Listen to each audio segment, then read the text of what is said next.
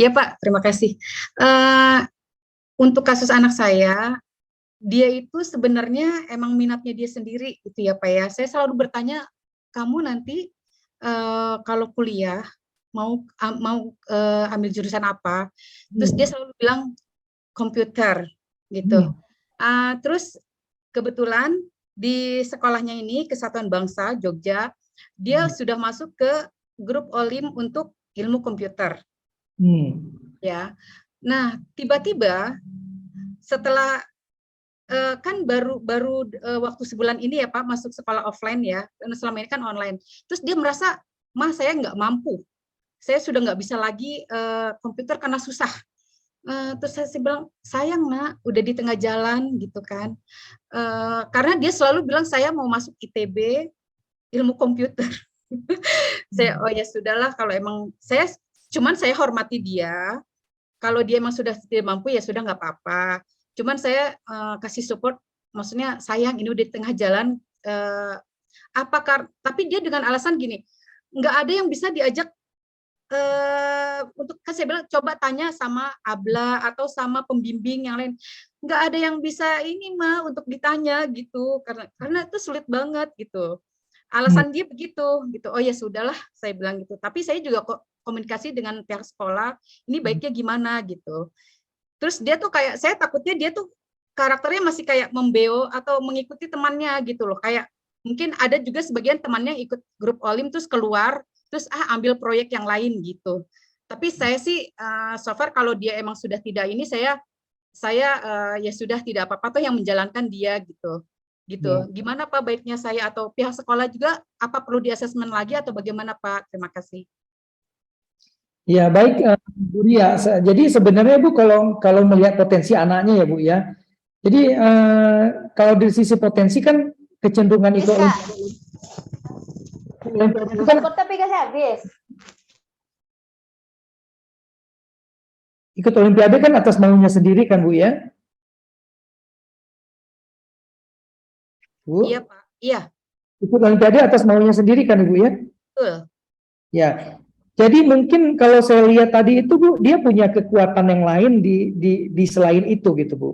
Bukan hanya komputer yang mungkin di bayangan dia gitu ya. Iya.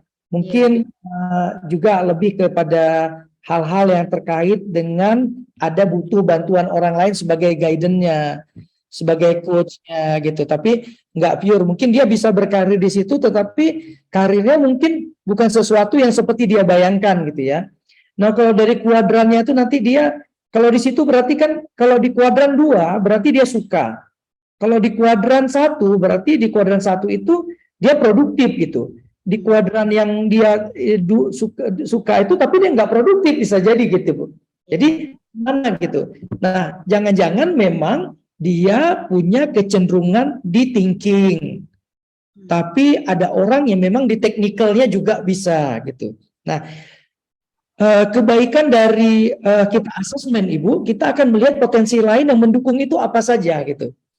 Sehingga barangkali kayak saya sampaikan tadi di komputer, kecenderungan mungkin karena sekitarnya komputer semua yang memilih.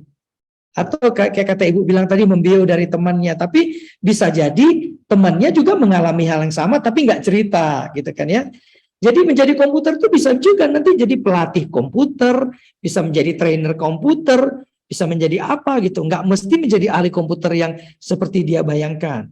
Tapi ini kita nggak bisa buru-buru mendoktrin begitu Bu. Kita harus tanya sama anaknya.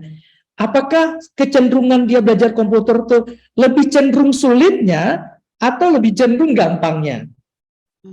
Itu kalau dia bilang nanti, Mas saya lebih cenderung sulit kayaknya. Sulitnya penyebabnya apa? Saya pengen bertanya tapi nggak selalu ada tempat bertanya gitu kan. Mungkin berarti tempat bertanya yang dihadirkan. Tapi kalau ada tempat bertanya dia juga masih kesulitan, berarti ada sesuatu yang mungkin menarik yang nggak menarik bagi dia gitu. Contoh ya Bu, contoh. Dalam satu asesmen, saya menemukan seorang yang bekerja di bidang kedokteran Ibu. Nah, ketika di asesmen, padahal ini udah dokter loh Bu ya, di asesmen, tapi dia datang minta di asesmen itu, dia bilang, karena ada kecenderungan lain yang dia rasakan masa dia setelah menyelesaikan studi. Ternyata dia cenderung senang pada dunia marketing Bu. Nggak bisa tahan ngelihat barang-barang yang barangkali berserakan, langsung dirapikan, ditata, dijual kembali gitu. Gitu. Tapi dia seorang medisin gitu. Jadi gimana ceritanya gitu? Itu baru kita jawab nanti kalau kita melakukan asesmen, Bu. Kalau gambaran itu barangkali kecenderungan yang muncul di hatinya, tetapi karena anak ibu baru kelas 1 SMA, kelas 2 SMA, atau mungkin ada aktivitas lain yang belum rutin sehingga belum terlihat lagi yang mana yang menjadi tertarik gitu. Gimana Bu Ria? Mau disampaikan? Iya, tapi kesannya tuh kayak apa ya, mudah down gitu Pak. Gimana sih supaya dia tuh biar semangat gitu, semangat terus walaupun taruhlah oke lah tidak di komputer tapi misalnya di minat yang lain, tapi dia tidak mudah, nggak males, terus tidak maksudnya tidak mudah down gitu loh Pak. Gimana Pak? Ya. Nah, itu dia Bu, itu menariknya ya. Biasanya orang-orang yang senang komputer itu dia punya bakat developer tinggi, Bu. Bakat input, senang belajar sesuatu, senang mengutak-atik, enggak kenal waktu, terus berpikir ini kenapa begini, bagaimana kalau begini. Biasa tipikalnya seperti itu. Nah, kalau Ibu challenge, tiba-tiba dia bilang saya udah nggak mau lagi, Ibu jangan paksa. Mungkin itu bukan dunianya gitu. Nah, asesmen ini butuhnya sebenarnya Bu, karena kita kan lewat Zoom ya, jadi nggak bertemu langsung. Kita bisa konfirmasi sama dia lewat pertanyaan-pertanyaan itu. Dan dari jawaban yang dia jawab dan hasil yang dia isi di asesmen itu. Contoh nih Bu, satu lagi kemarin ya, ada satu orang yang pengen dia anaknya pengen jadi dokter. Sementara anaknya saya tanya, dia pengen sekolah kedinasan.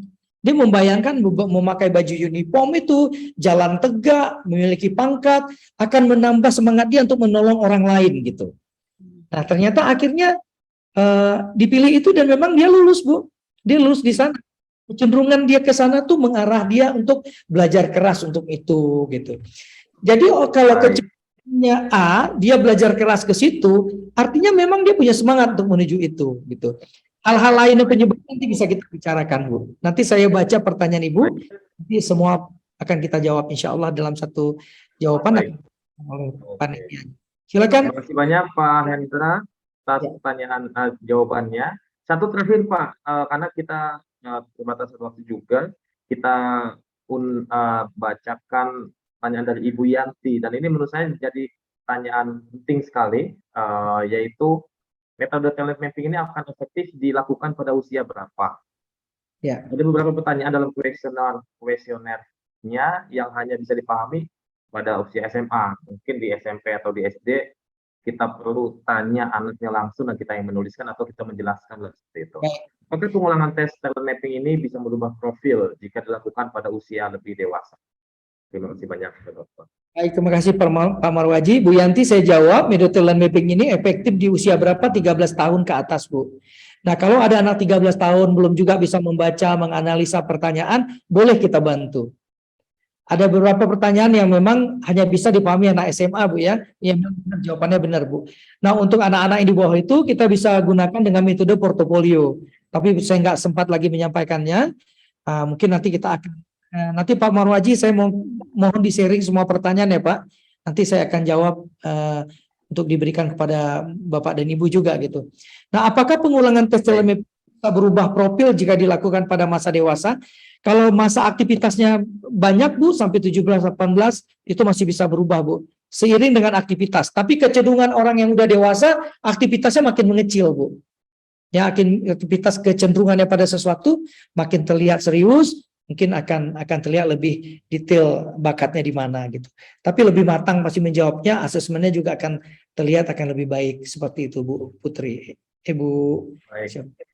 Pak Dokter, gimana kalau kita minta kesediaan Pak Dokter untuk pilih peserta dua ya, kayaknya dua saja.